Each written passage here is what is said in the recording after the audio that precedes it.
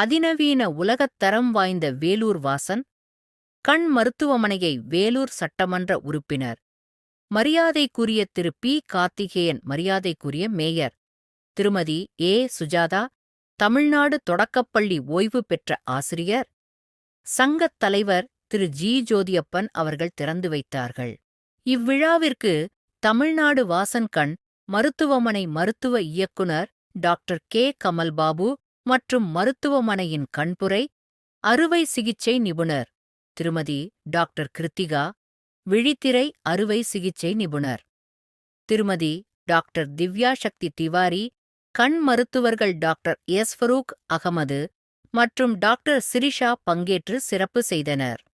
வாசன் கண் மருத்துவமனையின் சிறப்பம்சங்கள்: புதுப்பொலிவுடன் முற்றிலும் குளிர் ஊட்டப்பட்ட அனைத்து அதிநவீன வசதிகளுடன் கூடிய பரிசோதனை அறைகள், வெளிநாடுகளில் இருந்து இறக்குமதி செய்யப்பட்ட மருத்துவ உபகரணங்கள், அறுவை சிகிச்சை அரங்கங்கள், சிறந்த கல்வித் தகுதியுடன் முன் அனுபவம் வாய்ந்த சிறந்த மருத்துவர்கள் மற்றும் மருத்துவ பணியாளர்களுடன் வாசன் கண் மருத்துவமனை சிறப்பாக செயல்படுகிறது.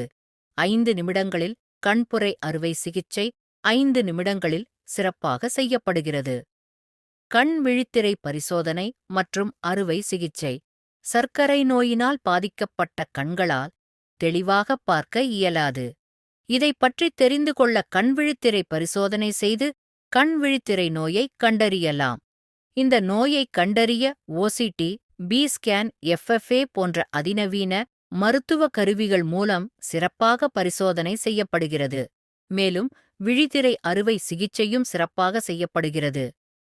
கண் கண்ணாடி, கிட்டப்பார்வை, தூரப்பார்வை போன்ற பார்வை திறன் குறைபாடு உள்ளவர்களுக்கு புதுவகையான கண் கண்ணாடிகள் அனைத்து ரகங்களிலும் தரமான மற்றும் மலிவான விலையில் கிடைக்கும்.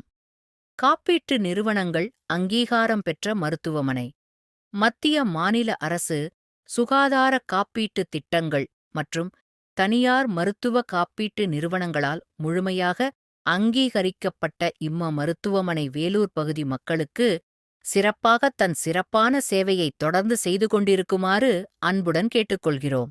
இத்திறப்பு விழாவை முன்னிட்டு பிப்ரவரி 15ஆம் தேதி முதல் மார்ச் 31ஆம் தேதி வரை இலவச கண் பரிசோதனை வழங்கப்படும். எஸ். துரைராஜ், தினக்குரல், மாவட்ட செய்தியாளர், வேலூர்.